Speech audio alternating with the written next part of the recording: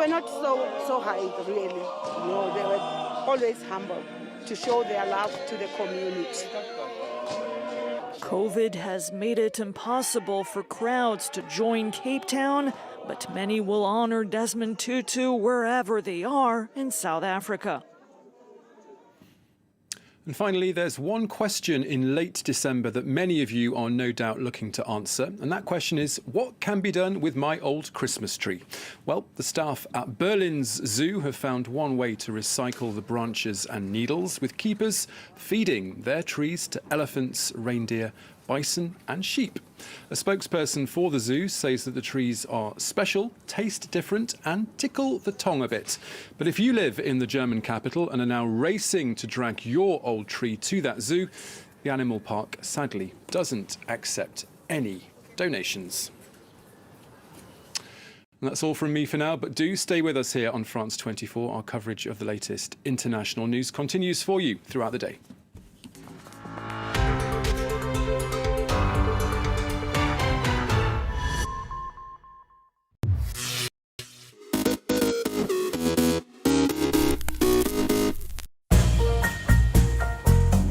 Ciao a tutti, sono Mattia, chef of Gucci Osteria Beverly Hills. Welcome in our kitchen and let's make some pasta.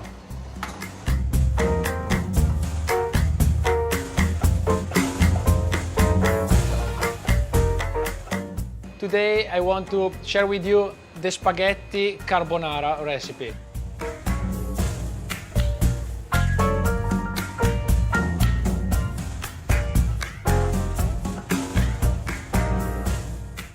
It's one of my favorite pasta because with just 3 simple ingredients we can get an amazing result. It's something very typical from middle south of Italy, and let's go through the ingredients.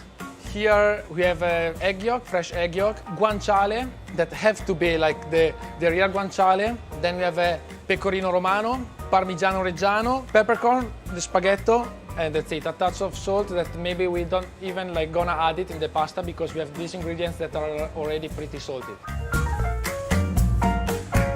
First of all, let's start to see how to use our guanciale. As you can see, it's a typical salume, even this one from Lazio. So it's a cured salt, and what we have to do is just clean and cut off the skin and scrub a little bit the cured salt on the top and peppers, but without cut it off. So this side is very important, just to scrub it, but to don't cut it off because it will give us a nice flavor of peppers in the pasta. That's what we need. So let's cut a little bit of this. I really like to keep it a bit thicker, and there are many versions of this carbonara, even in Italy, but this is my favorite. So it's just with the egg yolk. There are people that they add the whole egg, and people that they just use the Parmigiano Reggiano. But again, this is my favorite way to prepare this carbonara. First of all, we start to make boil some water for cook our spaghetti.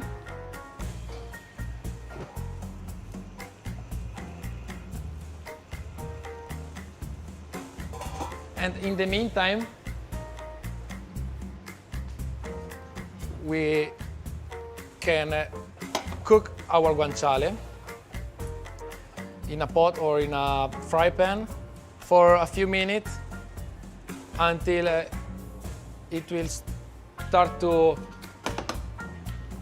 roast a little bit. So our guanciale is almost ready. As you can see, it starts to take a bit of color, and as I said, it just released the fat, and this is what I want. I don't usually try to make it too crispy. I like to have a soft texture even for the guanciale. Just a little bit crispy, but not too much. This is the way that I like it. So now we can remove the guanciale from the fire, and we can start to cook our spaghetti. I want to remind you to use always a lot of water when you cook the pasta, And my suggestion is what we usually do is cook the spaghetto in the meantime that we're cooking the guanciale. In this case, we had just one fire to show you how to do everything. So we did it like in 2 different steps. All right, so we're gonna add some salt and we're gonna drop our spaghetto. In the while that our spaghetto is cooking, we start to prepare our mix for the carbonara. So in a large bowl, we're gonna add our egg yolk, and simply we just can take a fork, and then we can add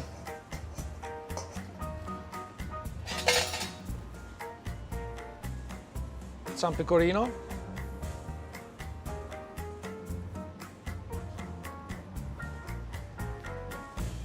and some Parmigiano Reggiano.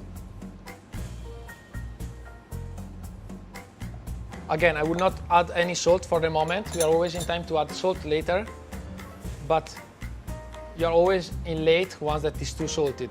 So again, make sure to add the salt at the end, because if you go over salted, you don't have time anymore to take it off. A lot of peppers is a very important ingredient. We just mix it a little bit, and we're gonna use probably a touch of pasta water for give the right consistency to our mix. So our spaghetto is almost ready. I really like the spaghetto al dente, so it have a different texture.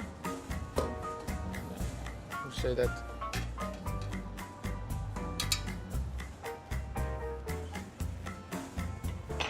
Yes, this is ready. And we cook, in this case, our spaghetto, we cook it for 7 minutes, no more than 7 minutes. But it depends about which kind of spaghetti you have and the size. I said to use a lot of water because I want to make sure that I don't have to stir the spaghetto, because I don't want to break and keep the nice shape of that. So once that is ready, again, we're gonna put our spaghetto in the guanciale pot. So now that we get all the fat that it's been released from our guanciale, we can just move the spaghetto from here into our mix. So now that we add our spaghetto in the guanciale, we are ready to put the spaghetto in our carbonara mix.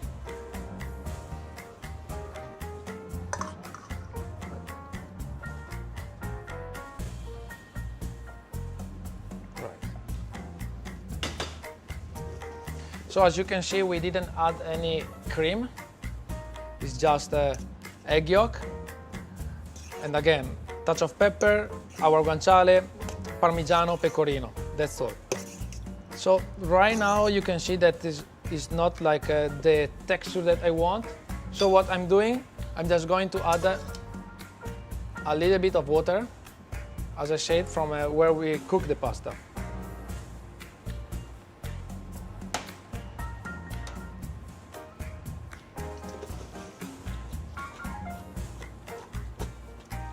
Once that our ingredients are well mixed and the texture is the right creamy as we want, we are ready to eat our carbonara.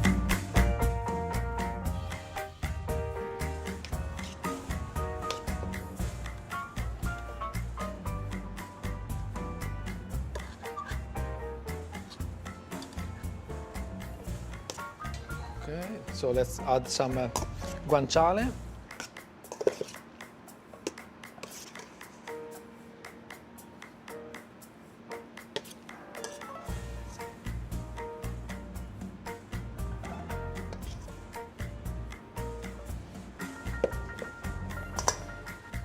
And we can finish our spaghetto with Still a little bit of pecorino romano.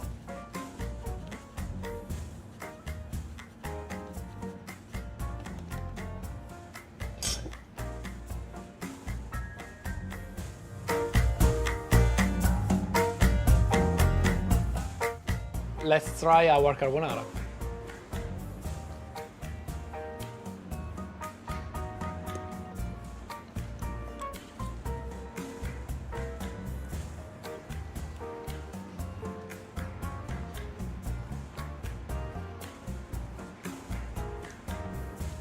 It's like dreaming every time. It's magic. And when you get the guanciale, it is a bit, just a touch crunchy, a bit soft, like blow my mind.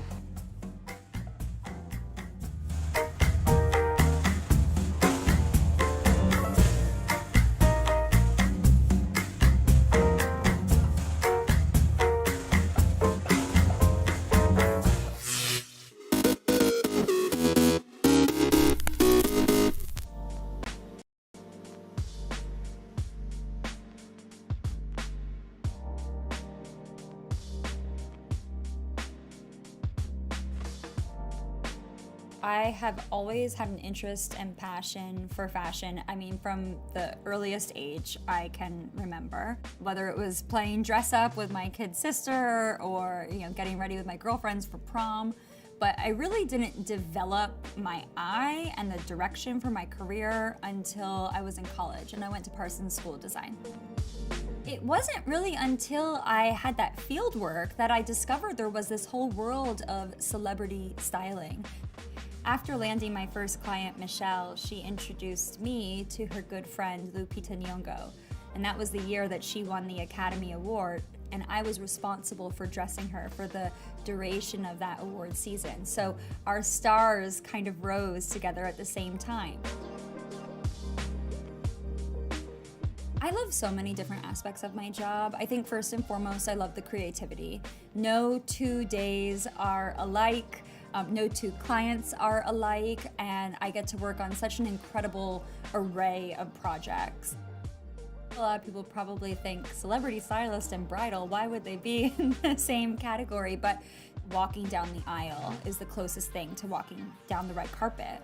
And there are so many parallels in the fact that this is such an important moment in someone's life. It felt like such a natural extension for what I do in Hollywood and bringing this to the bridal client. The clothing that comes in and out of my office it's like having a jewel in a jewel box. It's so special. I work very closely with my clients on a couture basis to create one-of-a-kind custom designs for their specific needs. Whether they're a celebrity walking down the red carpet or a bride walking down the aisle.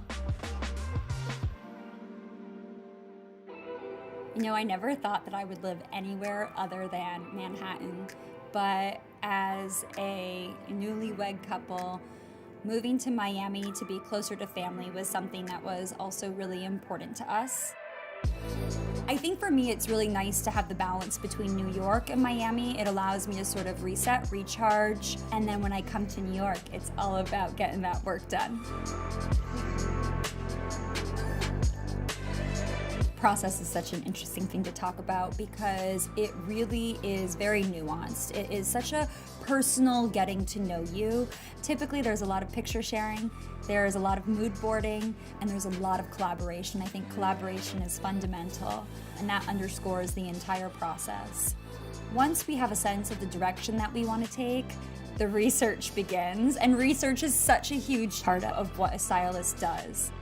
I often work specifically on custom designs. It's something that I love. It's the hallmark of my work. And I collaborate closely with designers to bring my client's vision to life. This is such an intimate line of work, and there's so much responsibility that I have as a stylist and as someone who is shaping someone's image and how they present themselves for the world to see. I think the most important thing is having a shared mutual respect and trust with your clients. And that's something that comes with time and something that I'm really proud to have established with my clientele. I am so proud of writing how to accessorize the perfect finish to any outfit. It was definitely a bucket list item to write a book one day, and I am so proud of the way it turned out. A car is the ultimate accessory, and what I love about cars is that it really is an extension of not just your personal style, it sort of defines your lifestyle. And what I loved so much about collaborating with Bentley was that I could really put my own signature and my personal touch throughout every element of the design. Typically, when you have a momentous occasion in your life, it's a defining moment. And to have something that is reflective and just as special as that moment in time is the icing on the cake. There is nothing more gratifying and rewarding than making my celebrity clients or my private clients feel confident and beautiful. I mean, that is truly what gets me out of bed each day.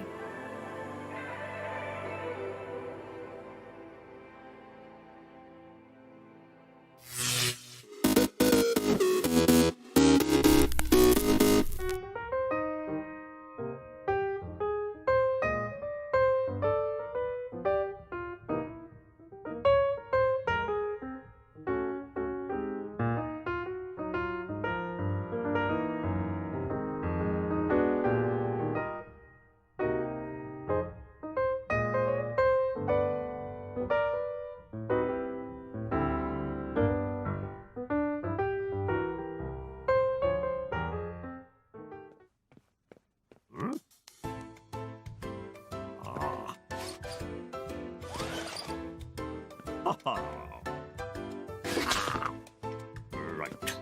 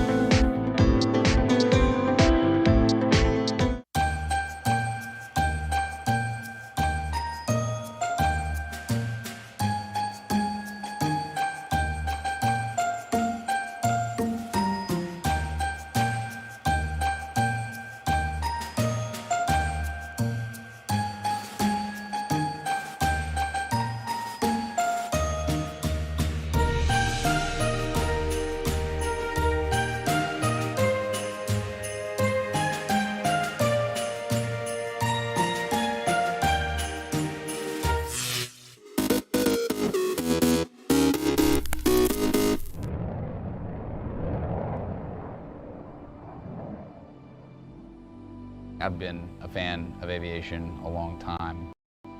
I got a pilot's license and learned how to do it, and you have even more appreciation for it afterwards. I've had the great pleasure of being around some of the greatest pilots through my work, but I never thought that I'd be in a position where, as an actor, I'd be representing a lot of aviators around the world, especially naval aviators. When I was a kid, I had the Blue Angels on my wall.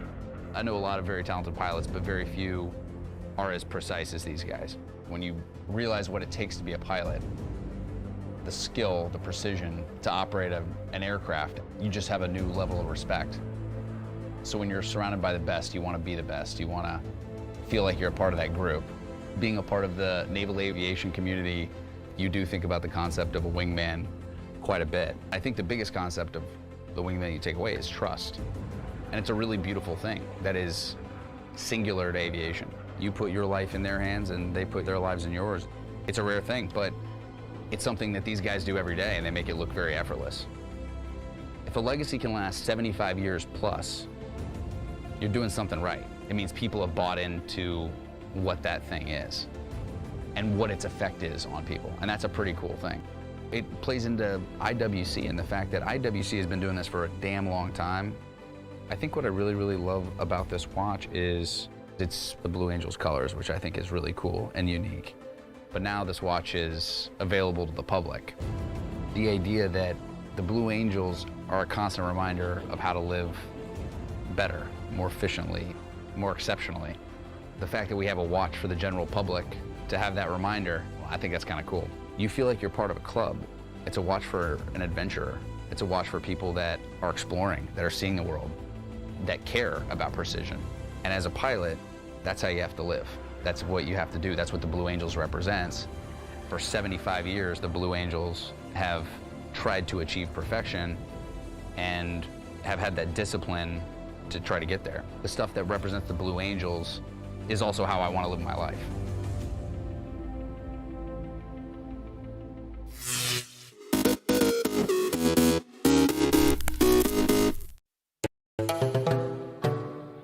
New Bethesda is like the spiritual home of free thinkers.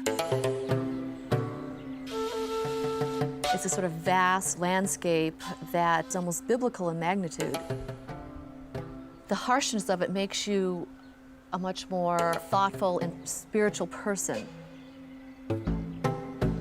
It's almost an oasis for people who are innovative in their thinking. Because to survive on such a land means you have to be stronger. You have to look for answers in non-traditional ways. This seems to be a place that is a magnet for people who want to express themselves and makes it a visually interesting place to be as a photographer.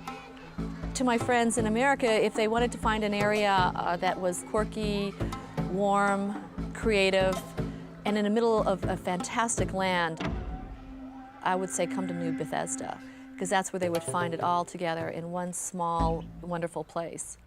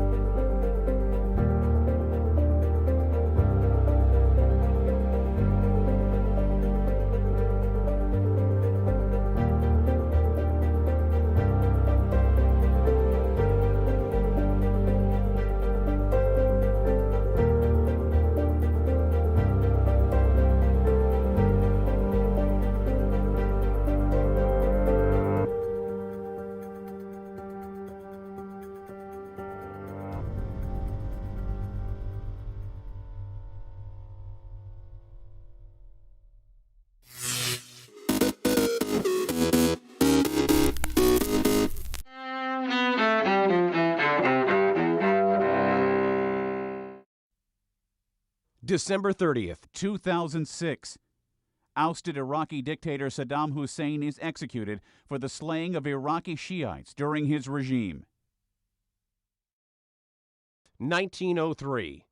In Chicago, a blaze even deadlier than the so-called Great Fire of more than 20 years earlier. About 600 people are killed within minutes when fire breaks out at the recently opened Iroquois Theater. 1922. More than 5 years after the Bolshevik Revolution, Vladimir Lenin proclaims the establishment of the Soviet Union, the world's first communist state. 1936. The United Auto Workers Union stages its first sit-down strike at the Fisher Body Plant No. 1 in Flint, Michigan. The strike forces automaker GM to recognize the UAW, a move that leads to the unionization of the American auto industry. 1948.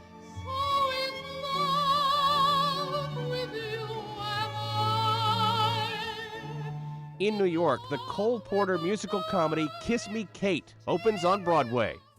1975. Golfer Tiger Woods is born. And 1928. Don't let it decide, baby, diamond ring. If that diamond ring don't shine. Singer and musician Bo Diddley, one of the guiding lights of early rock and roll, is born in Macomb, Mississippi. Today in history, December 30th. Ed Donahue, The Associated Press.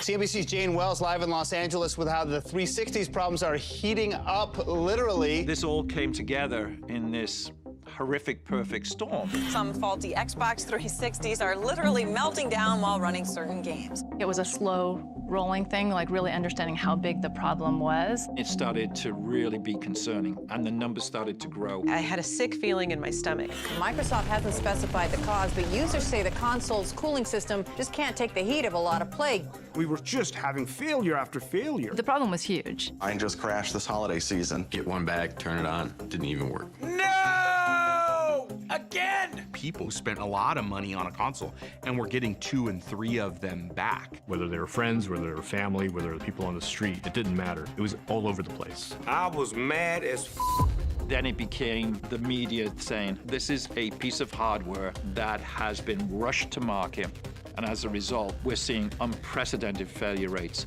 It's broken. Everything that I've worked for the last couple of years is trashed. There's a new contender in the video game wars. Xbox is going to be the future. Truly the future of video games. Xbox. Taking over the living room. Limitless, connected digital entertainment. You guys never understood. The company is going to face fierce competition. Sniper! It's a ticking time bomb. Makes me very nervous to actually play this for you. Xbox getting a major overhaul. A bold vision for the future of gaming.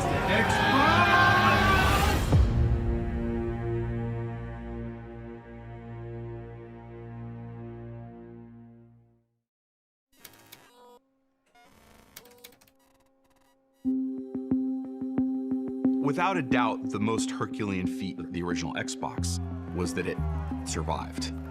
Looking at the history of the video game business, you would have given them 1,000,000 to 1 chance. So the achievement is that we made it to Xbox 360. And internally, it's fun to laugh at lots of the missteps. You'll see Xbox will actually start up. Like, we can laugh at the Xbox didn't turn on at the original unveil. We can bring that video up. But with Xbox 360, honestly, even with the benefit of time, nobody laughs at the red rings. To understand the red rings of death, you've got to go back to the beginning and all of the work we did with the Xbox 360 to build it from the bottom up. We were absolutely focused on getting out ahead of the PS3. We needed to be seen as the start of the next generation. The 360 was 5 to 10 times more powerful than the original Xbox. And so to achieve that level of performance, we had to push technology and solutions that didn't exist in the previous generation. This was an incredibly hard, complicated program. The circuit board itself is a completely custom design. And we were building these chips, which was a new process at the time. We did our own internal design instead of buying off-the-shelf silicon. We're bringing up new hardware with software that isn't quite done yet on new test systems that we're developing in real time. And that had a domino effect on the whole product. The design was coming together kind of late.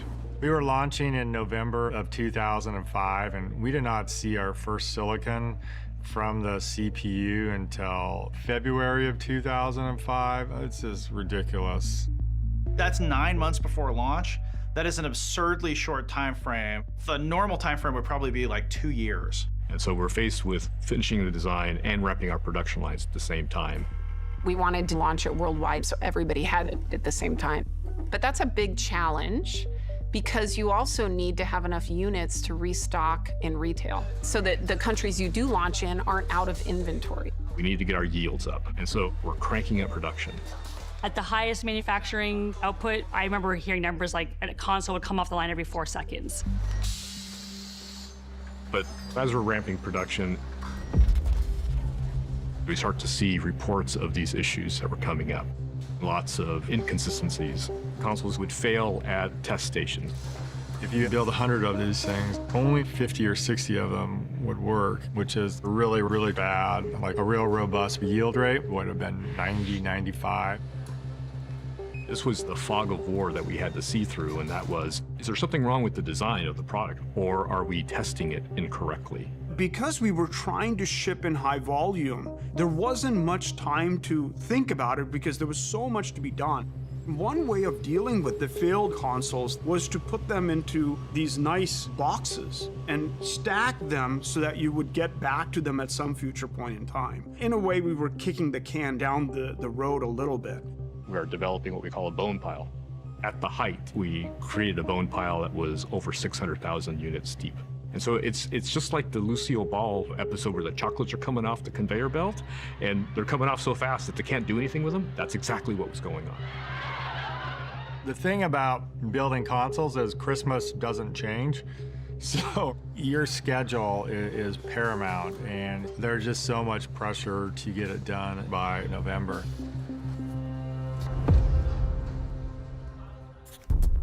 After a hectic lead-up to production and months of intense troubleshooting, engineers finally managed to solve the technical issues that had plagued the 360. As consoles started to pass QC, the team was finally able to chip away at the bone pile in an effort to meet the demand, which, at the time of launch, was ravenous.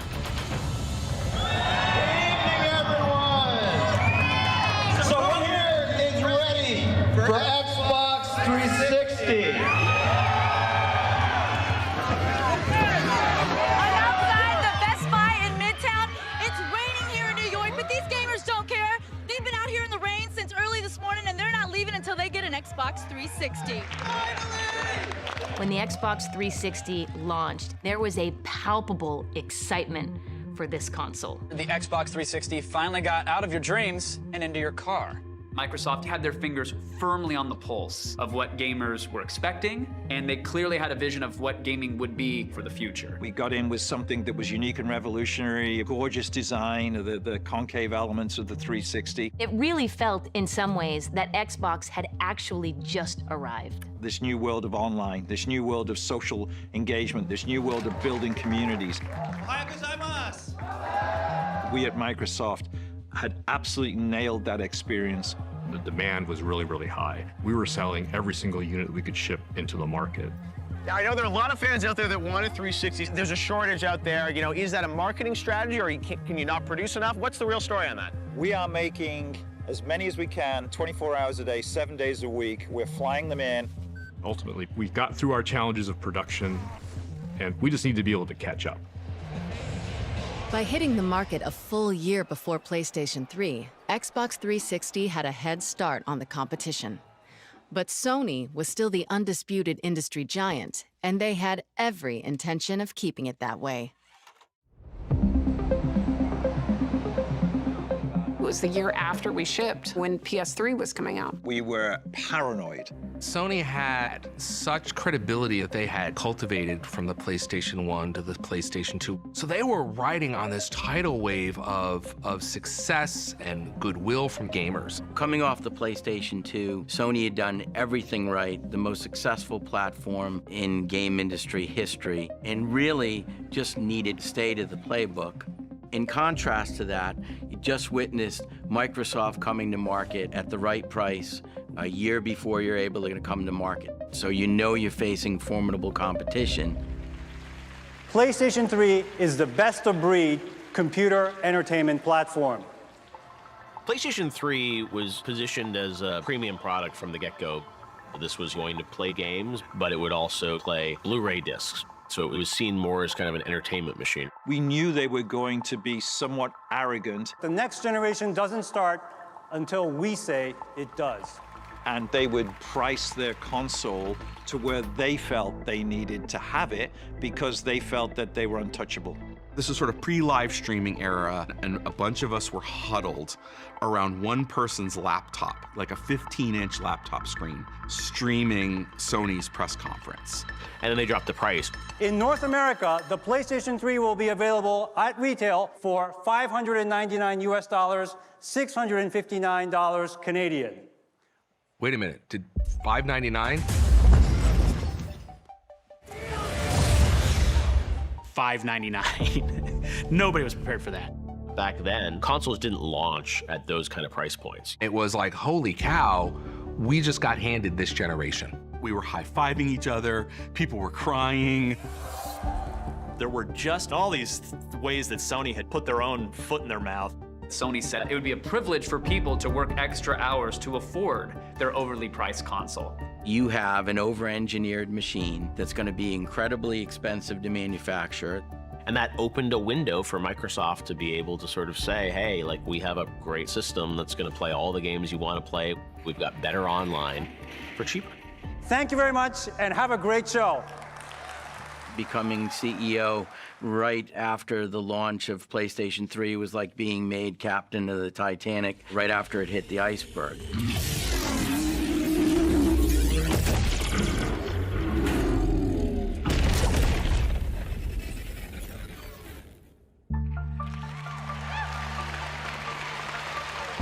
After Sony's announcement, we could not wait to get on stage the next day. Couldn't be more excited to be here because we're delivering the next generation of gaming right here and right now, with titles that are nothing short of spectacular.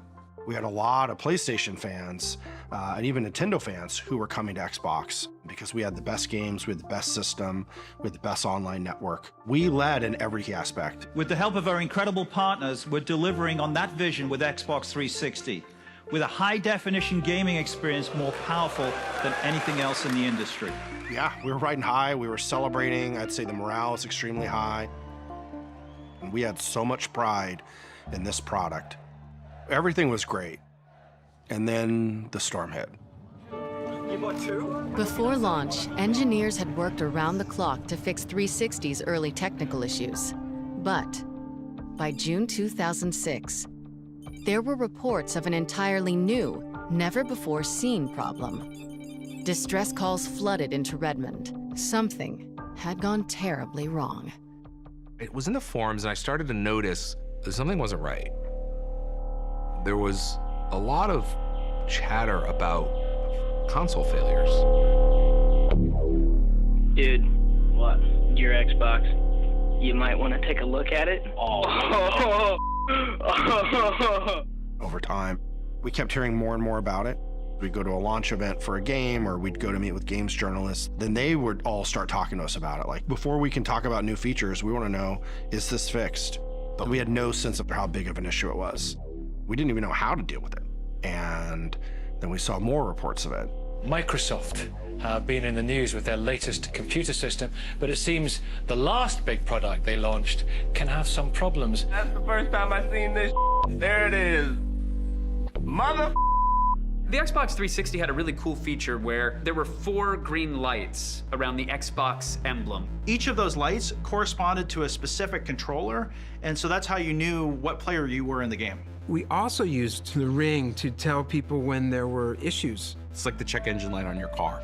And this is what we called a core digital error. And this was an indicator of the system detected a major issue. The error state was just that there was no communication. So the machine was just basically telling you, I can't do anything. This would show up as 3 segments in the ring being lit red, which would come to be known as the red ring of death. It's the red ring of death. Red ring of death. I got red ringed. Everybody got red ringed. What the? Are you kidding me? When that motherfucking red thing come up, and then the whole game freeze, and be like, man, what the fuck is going on? We can't play. What's going on? Yo, doing that too? It was. Oh my God, it was terrible. No! Red ring of death! Again!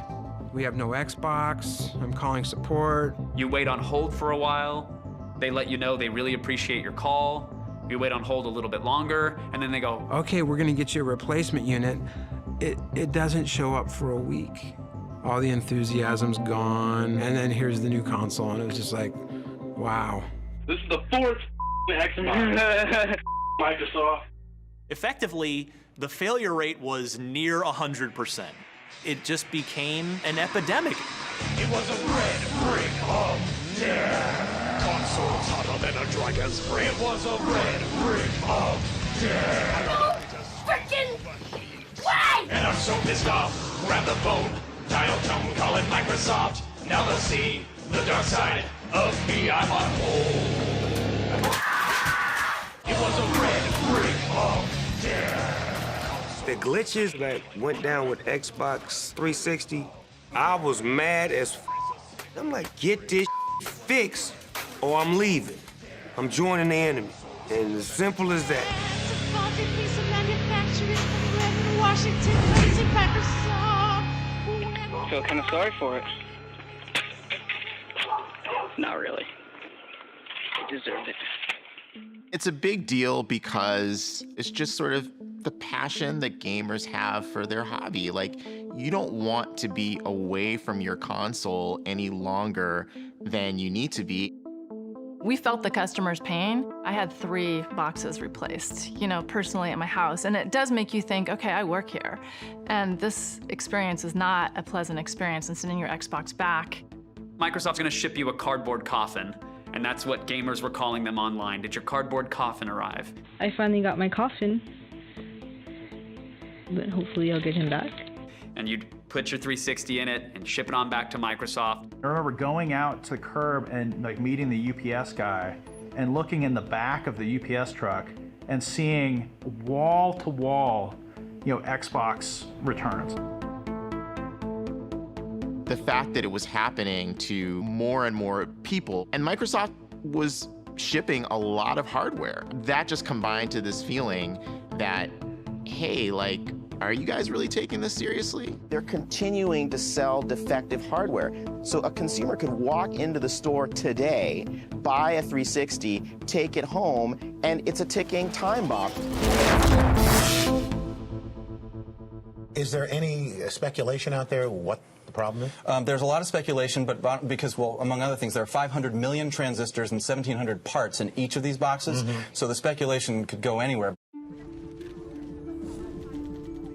Whenever we had new game launches or new system updates, I would be out meeting with the top games journalists, showing them all the new stuff. And I'm trying to sell them on the future, and they're like, dude, my console's not working, it's broken. For those who have experienced the flashing red lights, what causes this exactly? That's kind of part of the problem, Kevin. Microsoft has been very vague about the specific causes. They won't cite any specifics. They won't say exactly why. We didn't have all the answers at that time. We were trying to figure this out. Do we have a heat problem? Is the solder in key components in the motherboard, is it cracking up and drying out and we're losing that connection? We just couldn't figure it out. It's a long process. You had to test it at the board level, you had to test it at the system level, and then you had to test it in a rack level. And we had, almost 1 million of them sitting in our bone pile. We'd fix the ones in the bone pile, we'd send it back out to the customer, and it turns out that wasn't the problem, and it would break again. And I'm saying, man, this is not going to end. After the third or the fourth issue that we ran into, I remember thinking, hey, maybe we're in over our heads. And we got to the point where we said, we're not figuring this out fast enough. We made the call to shut down production. We went line down at the factory. We wanted to figure out how to solve it before we built any more units to go to customers. It stretched every bit of our imaginations to try to figure out exactly what was going on and how to fix the problem. This went on for months. These were the darkest days of my career. Are people going to now go out and buy PlayStation or Nintendo? Are they going to leave us as a brand? Every day you weren't gaming was a bad day for you. You trusted us, and you'd invested this money in us, and we let you down. Not gonna work. This was an incredibly trying time. People use phrases like, you figure out what people are made of. Having gone through it, I can actually say that happens. It's a thing, it isn't just a phrase. Todd had to manage the very complex process of what we call root causing until we knew what was going on. 2006, 2007, I dedicated a lot of my life to this Xbox in order to fix this problem. Breakthrough came when we understood that the connections that were being broken were not located on the motherboard, but they're actually located inside the components. The problem was a connection was breaking. The reason it was breaking was thermal, but it wasn't because of the peak temperature. It was because when the unit would get hot and then cold, hot and then cold, every time it did that, it would stress the connection.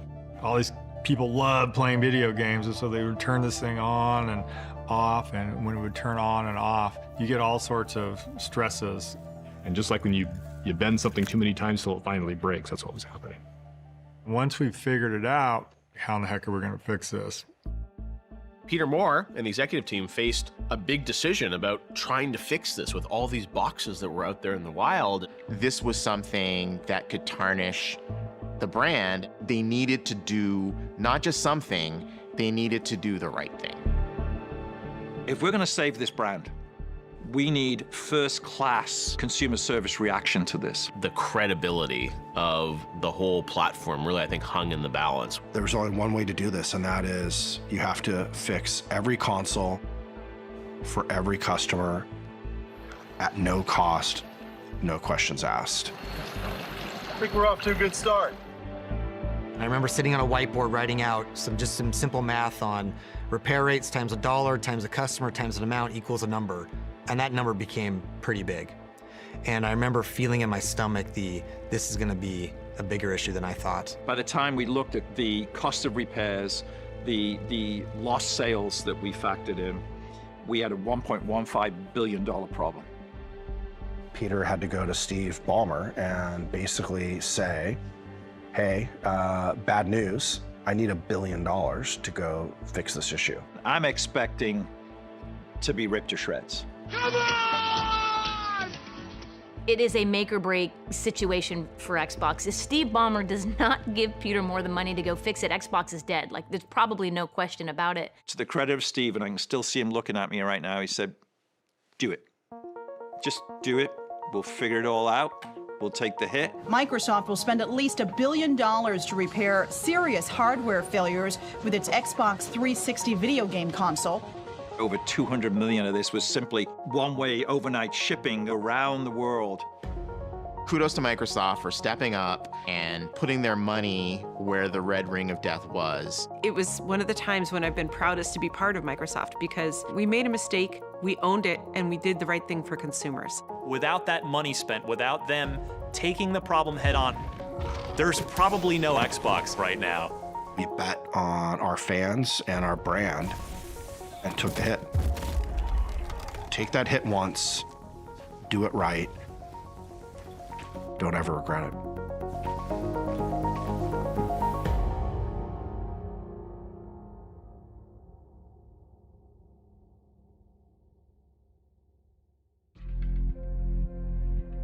When the 360 died on me, I was pissed that it died, but I wasn't pissed at Microsoft. I just really wanted to get the 360 again and start playing again because it was just awesome.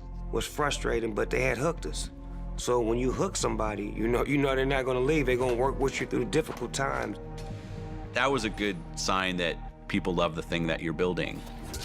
But even $1 billion mea culpa may not have been enough had it not been for two X factors: a library of celebrated game titles and support from game developers who loved how easy it was to program for Xbox 360 and saw in it the potential to take gaming to places previously unexplored.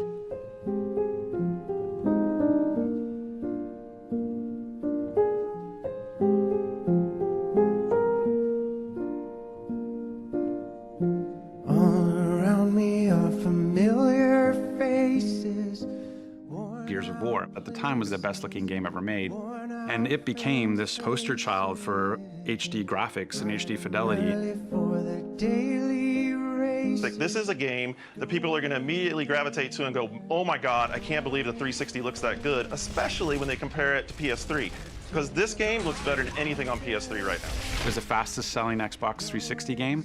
It sold like 1 million units in the first couple of weeks, and that really propelled the 360 in a big way. Gears of War may just be the great hope to turn the 360 into a must-buy console. It was a very different type of game for Microsoft. An M-rated game with over-the-top violence. Everyone loved the signature weapon, the chain gun, the Lancer. Gears of War was about appealing to a hardcore gamer. The people that play Gears, they have so much passion, and that people get tattoos, and it's just the deep connection they have with the franchise and the game. It's unlike any other franchise that we have. That was satisfying. And all of a sudden you see this tide turn of every publisher is then developing for the Xbox 360.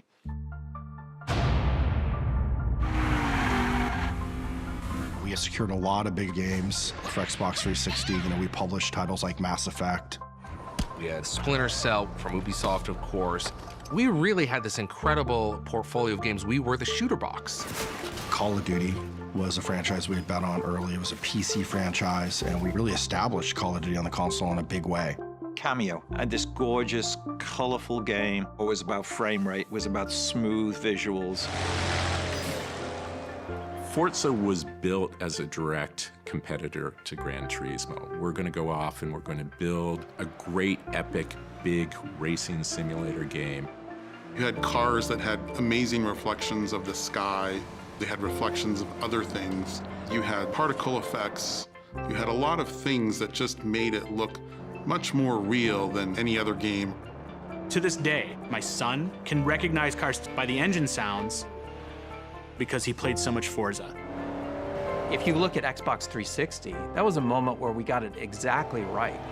It was just an incredible run that I don't know that has ever been topped in the history of gaming. And then, at the center of it all was Halo 3.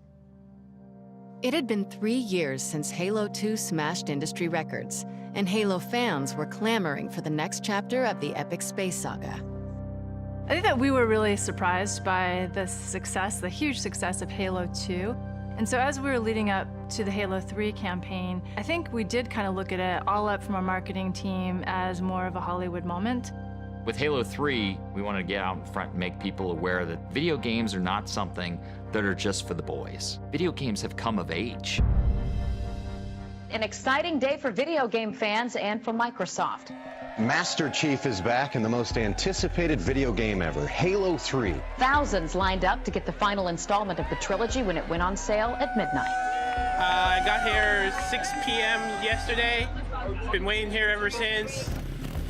Halo 3, what a massive launch event that was for us. They have 1 million pre-orders, which is pretty much unprecedented. Halo is projected to sell 4 million copies its first 60 days. More than twice as many as the 9 runners-up combined. It's only the biggest game ever. We were no longer some tech company trying to be in video games. We were launching one of the biggest entertainment properties of all time. Halo 3 embodies our vision for the future of entertainment. The franchise spawning everything from clothing to action figures and rumors of a Halo movie. Halo 3 really started to make gaming the mainstream cultural phenomenon. Its first day sales could outdo not only the final Harry Potter book, but the debut of Spider-Man 3. When everything was tallied, we had generated over $170 million in revenue in the first 24 hours, setting a new record for the biggest day in entertainment history. It was just an amazing moment. It was one thing after another. We had games, we had Time Magazine. Everything started clicking, and it felt like something's happening.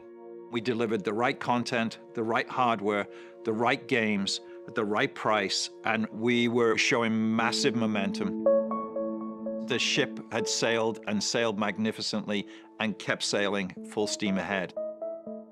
Only a week ago, Peter Moore took the stage in Santa Monica, California for Microsoft's E3 press event. A mere 7 days later, the man in charge of the 360 and the Games for Windows division has decided to move on to EA Sports.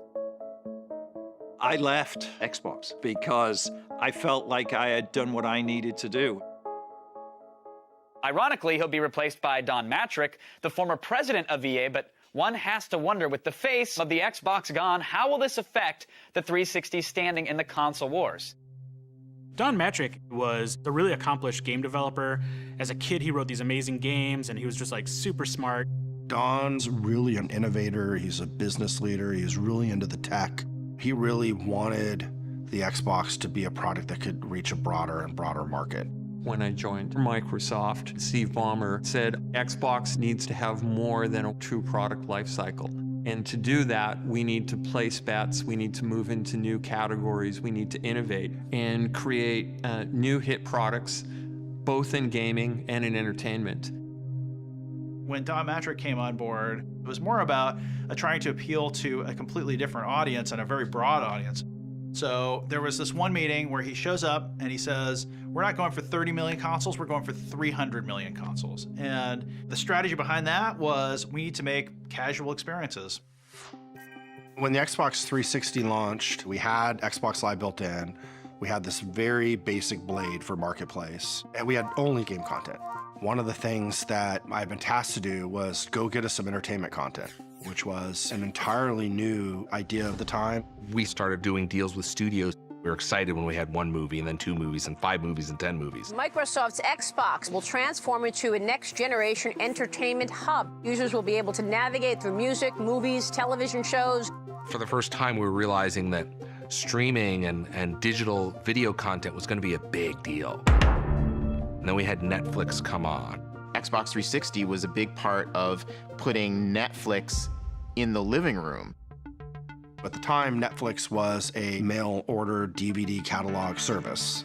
Nationally, Netflix moves more than 1.5 million DVDs a day. There's 40 of these warehouses around the country. Right. So that nearly every customer gets next-day delivery. Netflix hadn't done anything with digital streaming. We thought, why don't we call them up, see if they would be interested in distributing their content through Xbox 360.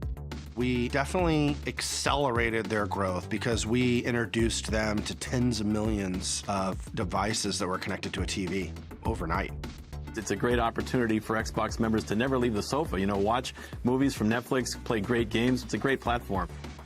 And it's like, what should we do next? Well, we brought HBO, we brought Twitter, we brought Facebook.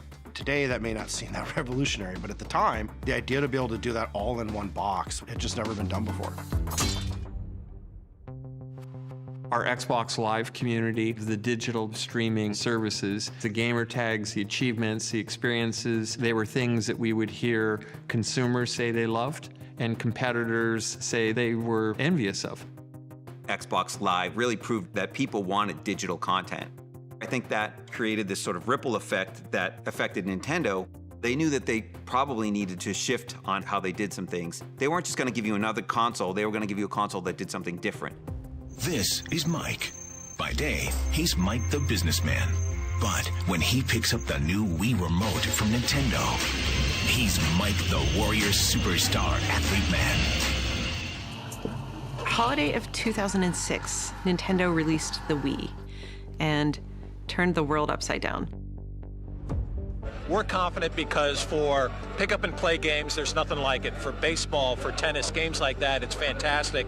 But with the nunchuck, what you're able to do in a first-person type of game is a huge step forward in control. Nintendo came out of left field with a device that wasn't based on technology. It was based on a simple entertainment experience of being able to play a game without being a button masher on a controller. It really resonated with a mass audience, a wider audience. All of a sudden, parents are playing video games with their kids again. Suddenly, you heard people talking about video gaming as something that was good for you. We Fit is about bringing fun into fitness. Video gaming as an approachable thing that everybody could do. They went after senior citizens, they went after female gamers, they went after people who are not traditionally gamers. Clearly, they expanded the audience and they took gaming to mainstream entertainment.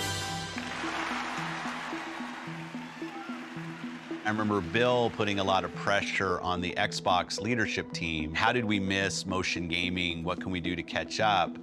We need to compete. We need to advance our game strategy. We don't want to do a Wiimote ripoff. We want to do our own thing. Don also had this vision for controller-free gaming.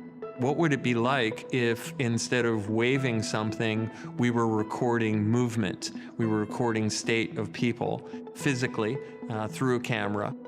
The controller, he thought, was this impediment to more people playing games because you had to kind of learn this device. And his view was like, hey, if people could just like swat at things or move things or drive a car like this. It's kind of crazy, but it's like if you could drive a car like this, that would make more people more willing to play video games. We set out to really make the console approachable to a whole new generation of people, to a whole new set of people that wouldn't otherwise think about gaming as something that it was for them. We had already been doing some technology exploration where we could map people using depth sensing and RGB cameras and microphones and stuff, and you could have that by your television.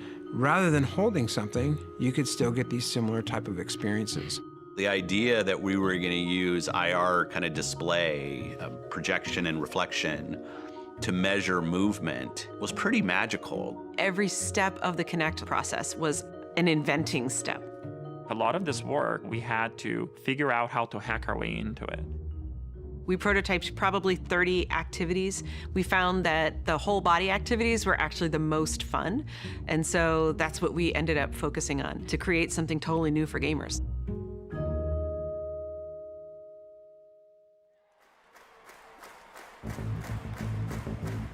We launched Kinect and it was a game changer. I don't think anybody saw it coming.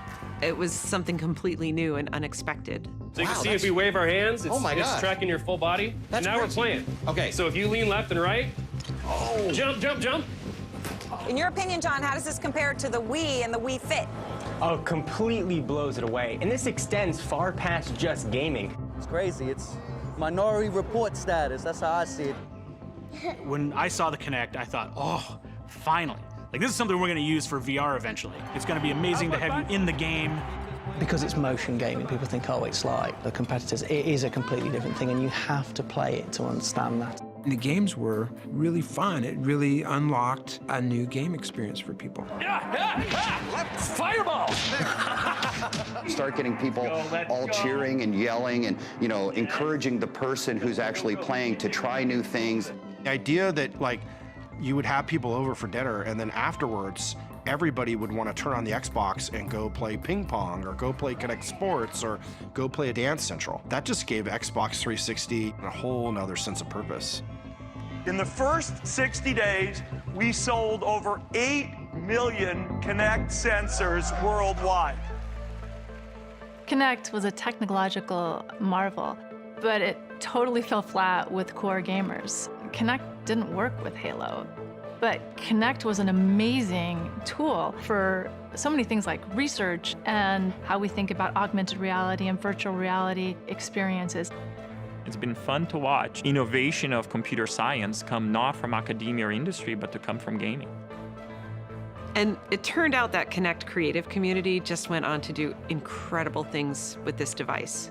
People got into hacking the Kinect early last year. Smartly, Microsoft responded by welcoming that and encouraging more development. People were taking all the IR data and the voice data, and it was a rich source of creativity for other types of applications. What is neat is the technology that is used in video games now and how it can be applied to other things, not just gaming. And they're calling it the Kinect effect. Microsoft's Kinect could revolutionize medicine. Being used to aid the rehabilitation of stroke patients, also by people who work with autistic children.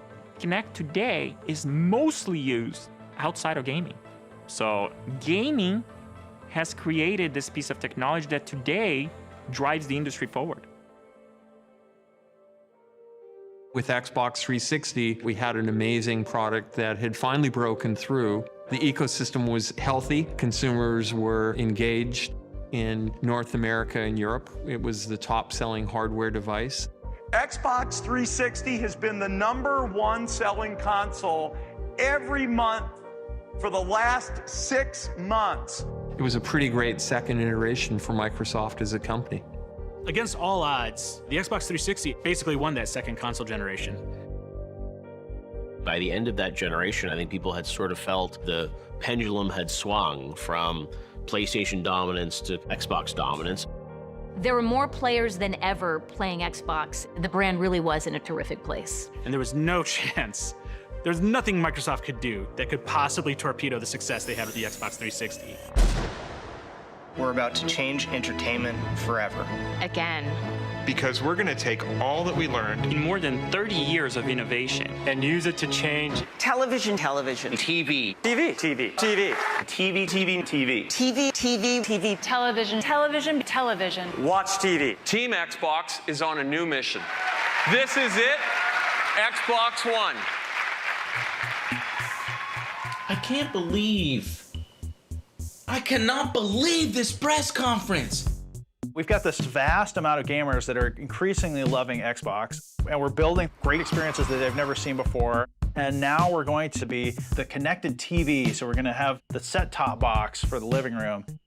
And it turned out like nobody wanted that. Oh, hell no, Microsoft. Hell no.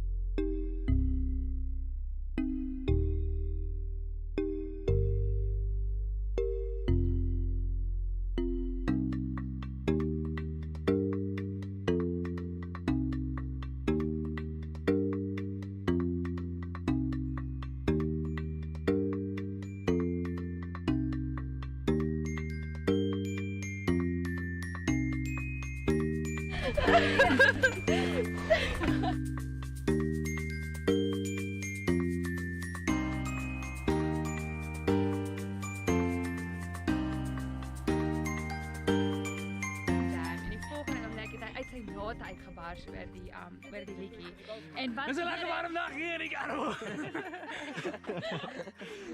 Als het hier, ben ik Botschwer, wat een pamphlet.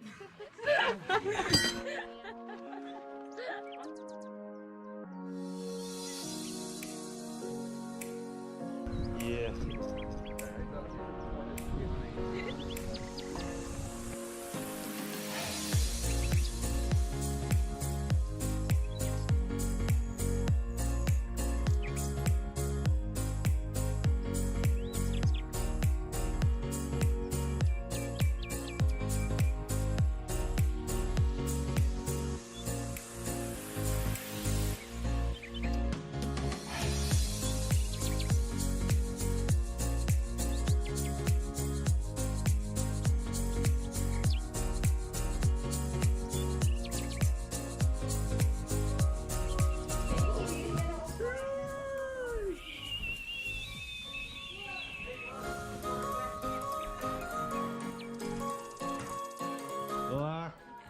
Boys. Shotgun.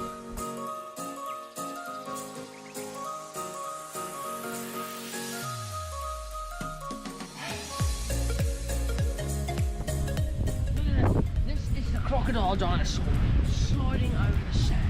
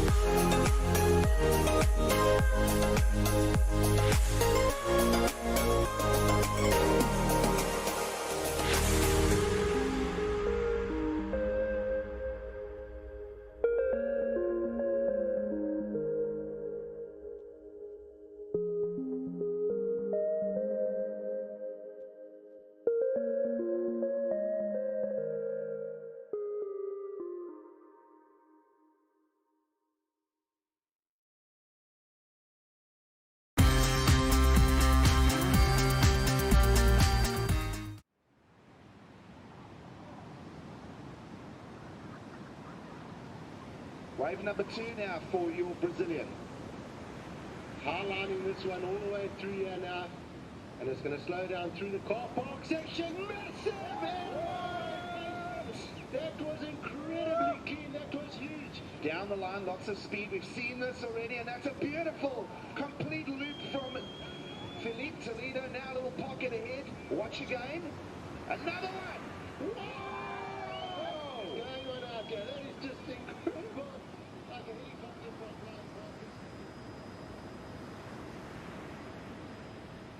JBay é um lugar irado, com uma cultura linda e altas ondas. Esse ano eu cheguei em JBay com apenas 2 dias antes do evento. Obrigado, senhor. Foi o tempo suficiente para poder testar as pranchas e achar a mágica.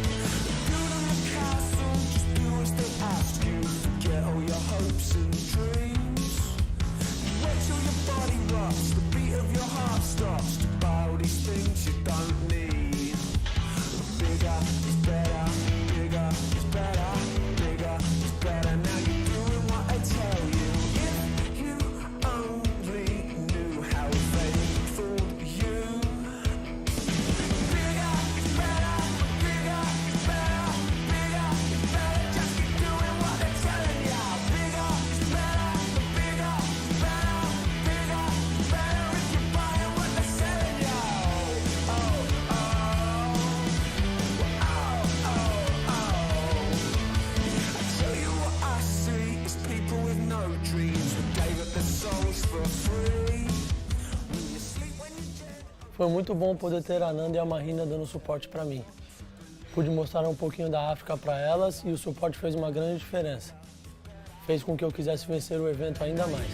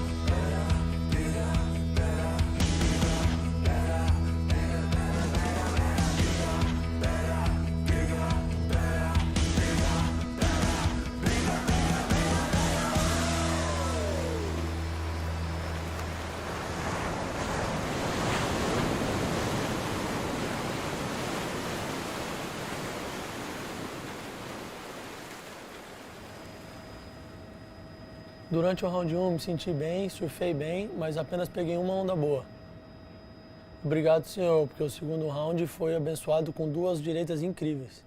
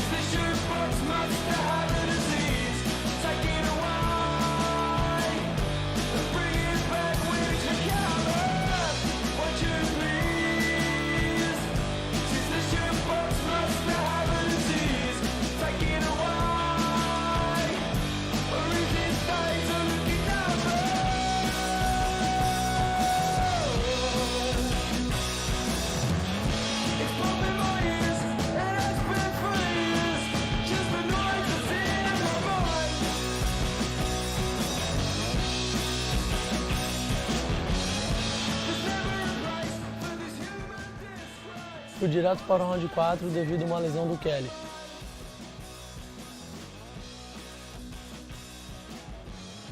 Durante o round 4, o tubarão apareceu e a bateria teve que começar no próximo dia, e o que foi muito positivo para mim.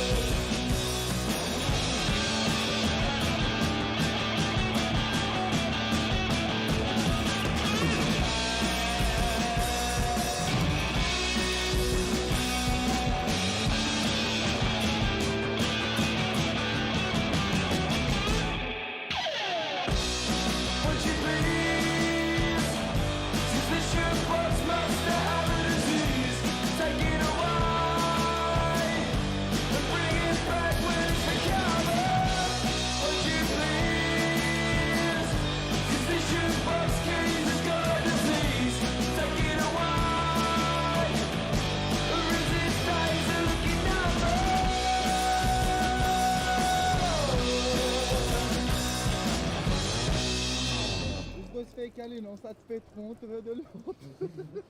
Pô, a sessão ficou perfeita, velho. Perfeita. E eu tinha cavado muito já, eu falei, eu vou dar um fake com aero. Só que aí já tinha cavado muito, tá ligado? Uhum. Aí eu falei, ah não, vai ter que ser um fake. Aí já tá saindo fumaça, velho. Olha a água que tá quente. A água tá quente pra cá. Tá saindo fumaça dentro d'água, né, Vivo? Tive que voar por causa do tubarão. O tubarão voou, tive que voar também. Boa. No dia das finais tinha altas ondas e eu tava me sentindo muito bem. E o resto foi só história.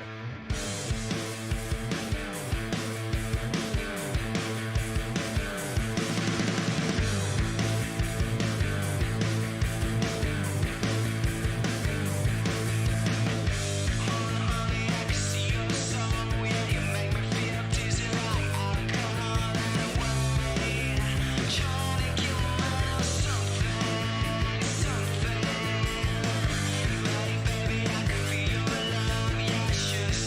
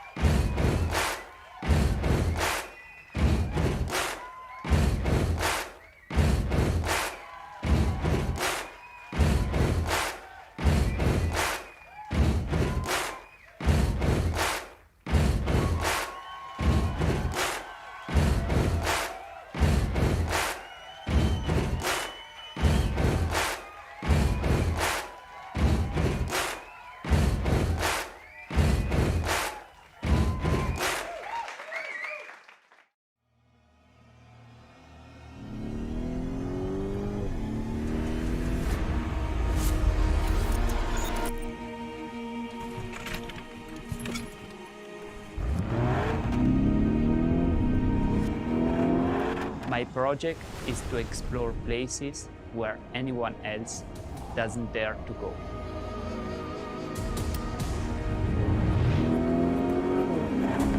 For me, there are no limits, but new goals.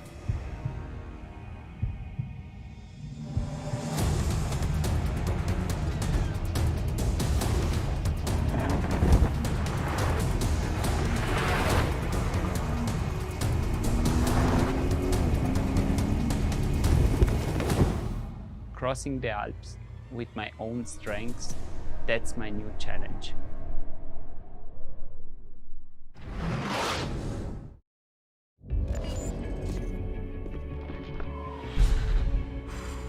This is the future of racing.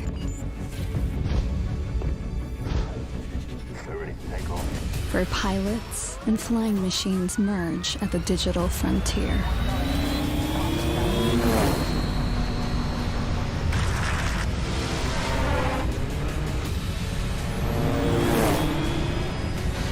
The next generation of sport is here. This is EXA, Airspeeder's first flying car racing series.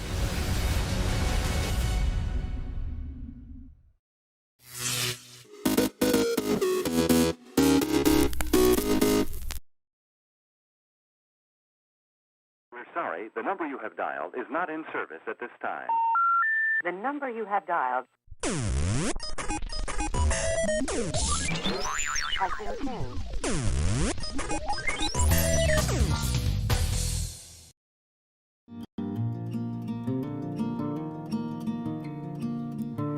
Love me like you do, love me like you do. Love me like you do, love me like you do. Touch me like you do, touch me like you do. Love me like you do, love me like you do.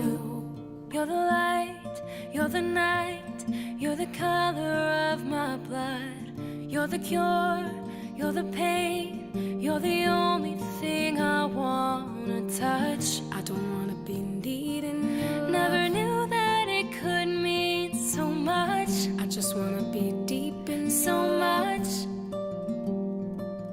You're the fear, I don't care, 'cause I've never been so high. Follow me through the dark, let me take you past our satellites. 'Cause I really don't care where you are. You can see the world you brought to life. I just wanna be there where you life. Your sugar like you do. Yes, please, like you do. Won't you come and put it down on me? Love me like you do. I'm right here like you do. 'Cause I need like you do. Little love and little sympathy. Love me like you do.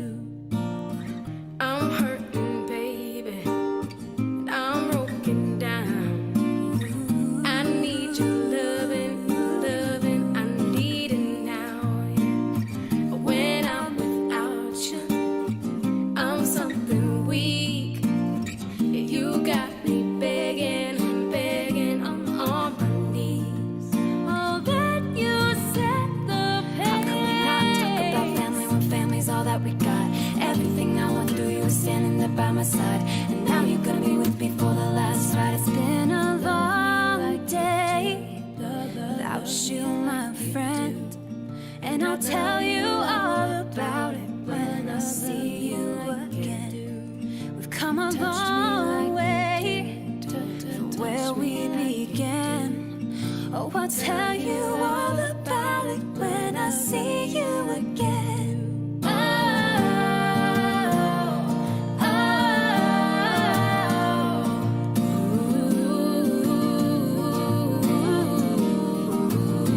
So let the light guide your way. Yeah. Hold every memory as you go, and every road you take will always lead